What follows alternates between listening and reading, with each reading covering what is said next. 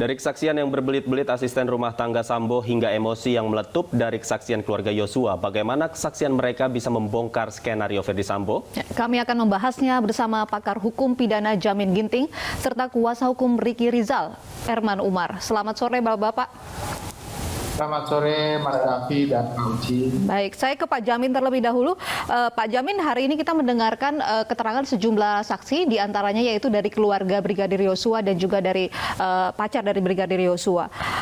Terungkap bahwa memang ada ancaman begitu Brigadir Yosua ini akan dibunuh jika naik ke atas rumah di Magelang. Anda melihat seberapa penting apa yang disampaikan oleh saksi-saksi ini hari ini, karena posisinya memang keluarga Brigadir Yosua ini tidak berada di TKP saat pembunuhan? Ya, pertama saya ingin menjelaskan keterangan Vera untuk Kuat Ma'ruf ya terkait dengan ini. Vera itu mendapatkan telepon dari Joshua terkait tentang pengakuan Joshua adanya ancaman Joshua akan dihabisi ya, dalam konteks mungkin dibunuh begitu. Lalu Joshua mengatakan kalau ada rencana itu dilakukan oleh tim squad yang ada di Magelang begitu. Nah, itu kejadiannya di Magelang.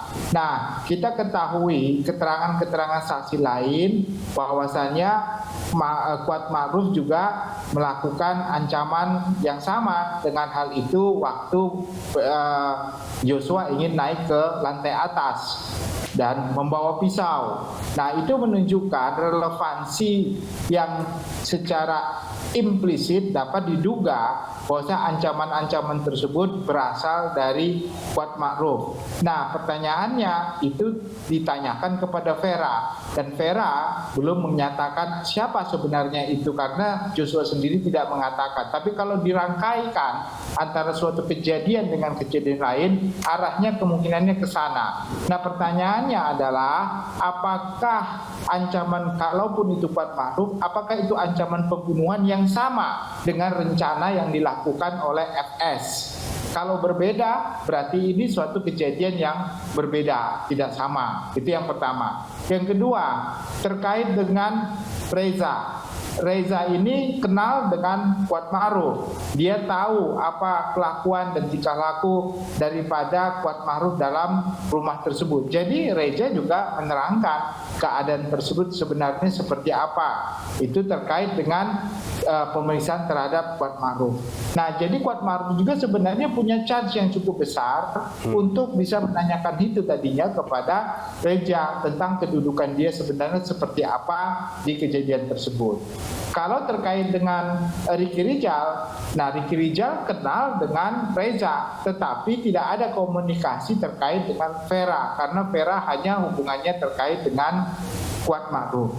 Jadi saksi ini kalau mau dikatakan unsur 340-nya ada relevansi langsung atau tidak, masih ada menurut saya kalau memang keterangan Joshua yang disampaikan kepada Vera tersebut ada kaitannya dengan rencana yang dilakukan oleh FS. Tapi kalau tidak bisa dibuktikan, maka itu hanya terkait dengan ancaman yang dilakukan yang diduga oleh Kuat Ma'ruf dalam rumah di Magelang. Sedangkan saksi-saksi yang lain, tentunya ibunda dan juga ayah dari Joshua, ini menunjukkan untuk penguatan terhadap sosok yang meninggal ini adalah korban. Karena ini sidang pertama pembuktian khusus untuk Kuat Ma'ruf dan RR. Karena di pasal 160 huruf B itu mengatakan yang pertama-tama didengar keterangannya adalah korban yang menjadi saksi.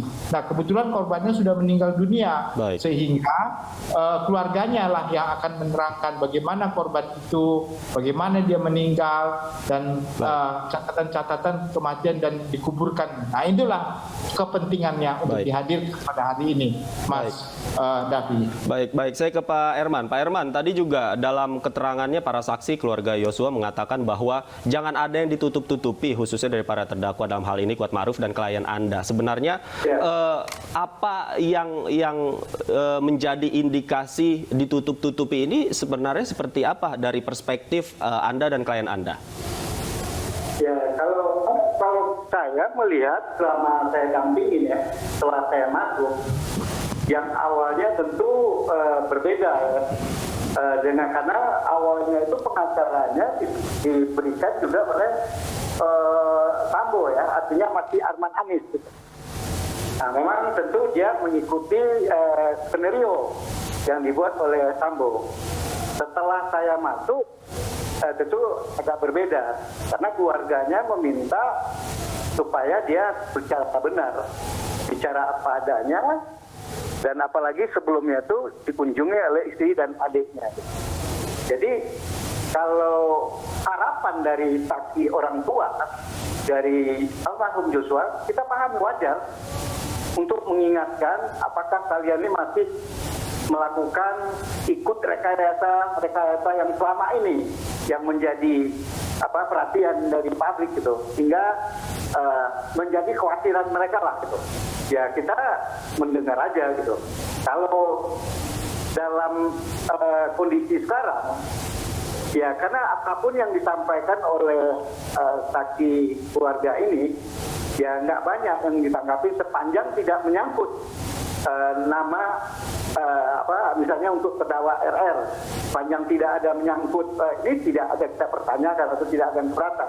Memang tadi ada saksi dari adiknya Joshua menyebut pernah bertemu dengan Ricky gitu kan di Saguling sebelum kejadian gitu, dan hanya sekedar pertemuan biasa, tidak ada suatu hal yang tidak ada yang signifikan gitu. Oke, ya, Pak Herman, mohon maaf saya potong. Tapi kalau dalam konteks ancaman yang tadi dikatakan oleh Vera dilakukan oleh Kuat Ma'ruf, klien Anda mengetahui atau tidak? Oh tidak pernah mengetahui. Jadi klien Anda tidak masuk dalam squad yang disebutkan itu ya? Kita nggak tahu, tapi yang jelas itu kan nggak ngerti. Kalau yang namanya sebenarnya nama Kuat itu Kuat Ma'ruf. Apa yang dimaksud Kuat itu apa? Nggak ada dalam istilah di ajudan Kuat nggak tahu juga gitu. Baik. Saya ke Pak Jamin. Pak Jamin, dalam persidangan tadi yang juga menarik adalah keterangan dari saksi Susi yang merupakan asisten rumah tangga begitu. Kesaksiannya berbeda begitu dari BAP dan bahkan sempat dipertanyakan oleh hakim mengapa ini berubah-berubah. Anda melihatnya seperti apa? Ya, kemarin itu saksi Susi dalam kasus ini terkait dengan FS dan Ibu Pesi ya. Nah, jadi kalau Susi ini tentu punya peran penting ya saya kira terkait dengan motif yang dimunculkan oleh PH. Motif tentang pelecehan, karena Susi sendiri ada di situ pada saat kejadian. Tetapi Susi sendiri kelihatannya tidak mengungkapkan kebenaran fakta sampai hakim berkata bahwasanya dia bohong dan berbelit-belit ya. Seakan-akan dia mempunyai mindset sendiri yang sudah diatur sedemikian rupa untuk menjelaskan sesuai dengan mindsetnya dia. Kita tidak tahu apakah itu karena memang sudah didesain sebelumnya atau tidak. Tapi sebenarnya ini bagus sekali kalau dia bisa menerangkan bahwasannya apa sih keterangan yang disampaikan oleh Ibu PC pada saat Susi dipanggil. Apakah dia menjelaskan kenapa dia jatuh, karena kan jatuhnya itu di kamar mandi. Berdasarkan data yang ada, foto yang disampaikan oleh PH terhadap rumah tersebut, kamar mandi itu ada di luar dari tempat tidur. Jadi mungkin saja kegelincir, bisa saja jatuh, kan itu banyak kejadian seperti itu. Cuma memang pengakuan tentang itu tidak menunjukkan adanya pelecehan seksual. Sampai di situ sama sekali tidak pernah ada kalimat sepatah kata pun dari para pengacara ataupun dari para orang yang melihat langsung di situ adanya pelecehan seksual. Nah, harusnya Susi ini bisa menjelaskan tentang keadaan itu dengan benar dan baik. Bahkan Susi itu ada dalam rombongan pulang satu mobil dengan Ibu Pesi dan berdampingan. Di dalam mobil kan tentu bisa diterangkan suasananya seperti apa yang menjadi masalah. Nah, itu yang kelihatannya memang Susi ini memberikan keterangannya agak berbelit-belit seperti yang akan sampaikan. Ya, keterangan Susi ini kan berbeda begitu dengan keterangan dari Richard Eliezer. Tapi Richard Eliezer ini merupakan terdakwa begitu. Bagaimana Anda melihat hakim untuk melihat kebenaran dari kesaksian kedua belah pihak ini? Ya, saksi yang memberikan keterangan sebagaimana dimaksud dalam pasal 185, dia harus dilihat keadaan hidupnya seperti apa. Waktu dia memberikan kesaksian, alasan-alasan yang disampaikan itu cukup meyakinkan nggak sama hakim. Latar belakang hidupnya seperti apa. Nah, itu menjadi perhatian. Kalaupun dia ngomong di bawah sumpah, tetapi dalam memberikan keterangan tersebut latar belakangnya tidak meyakinkan bagi hakim itu adalah suatu kebenaran, hakim tidak akan bisa menerima itu sebagai saksi atau keterangan yang baik dan benar. Dikaitkan lagi dengan bukti-bukti lain. Bukti-bukti lain itu adalah contohnya keterangan saksi lain yang akan ada. Nah, kalau nanti dibantah contohnya oleh Baradae kesaksiannya tidak benar, maka nanti itu menjadi dasar hakim menanyakan dengan saksi lain. Kalau Baradae bilang tidak benar, lalu nanti Kuat Ma'ruf bilang juga tidak sesuai, yang lain itu sudah menunjukkan bahwasannya keterangan yang benar adalah keterangan yang disampaikan oleh saksi-saksi lain yang bersesuaian. Jadi kalau dalam hukum pidana itu, kalau satu saksi berdiri sendiri tidak didukung oleh bukti lain, itu bukan saksi yang bisa dapat diterima kebenarannya oleh hakim. Begitu, karena berdiri sendiri dia. Baik, saya kembali ke Pak Herman. Pak Herman, dalam yang masih menjadi misteri adalah potongan peristiwa yang terjadi di Magelang seperti yang disoroti tadi oleh Pak Jamin. Nah, apakah keterangan-keterangan dari para saksi sejauh ini juga berkesesuaian dengan keterangan yang diberikan oleh klien Anda, Pak Herman? Kalau yang hari ini rasanya tidak, karena hari ini kan saksi keluarga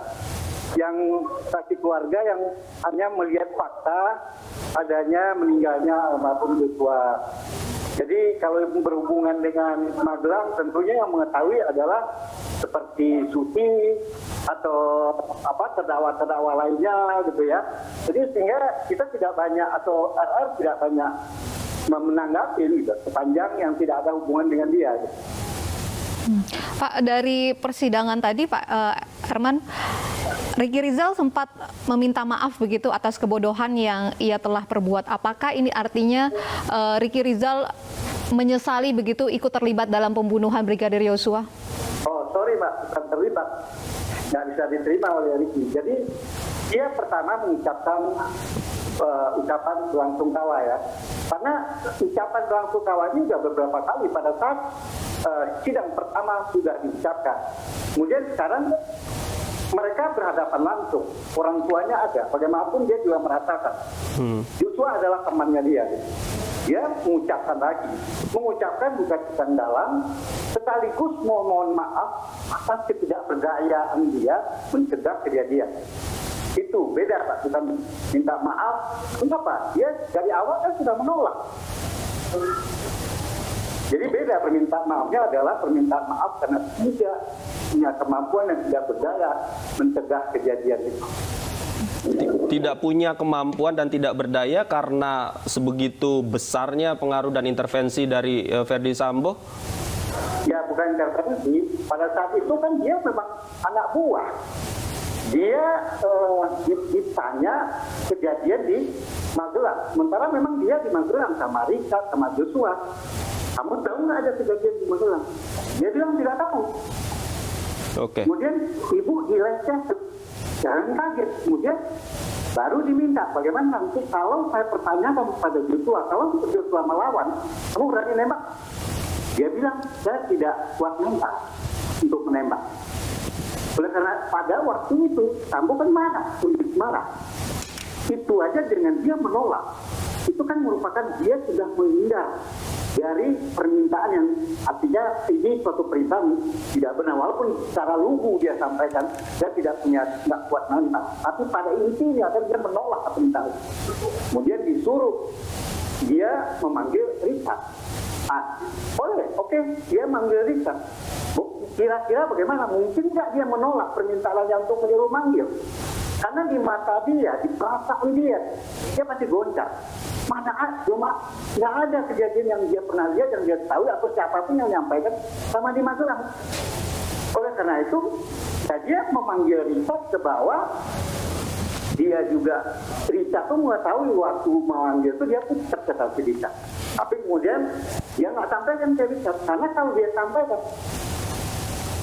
saya tadi diminta oleh Bapak untuk melakukan penembakan terhadap ini. Baik.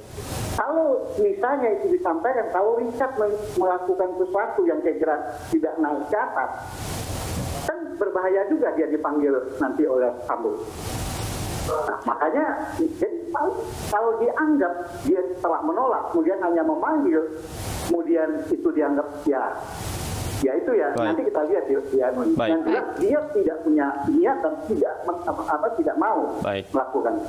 Baik, kita nantikan fakta-fakta apa lagi yang nanti akan terungkap di persidangan. Semoga bisa membuat kasus ini terang benderang. Terima kasih Pak Jamin Ginting sudah bergabung bersama kami. Pak Herman juga terima kasih atas waktunya sudah bergabung bersama kami di Anju Sore. Selamat sore Bapak-bapak.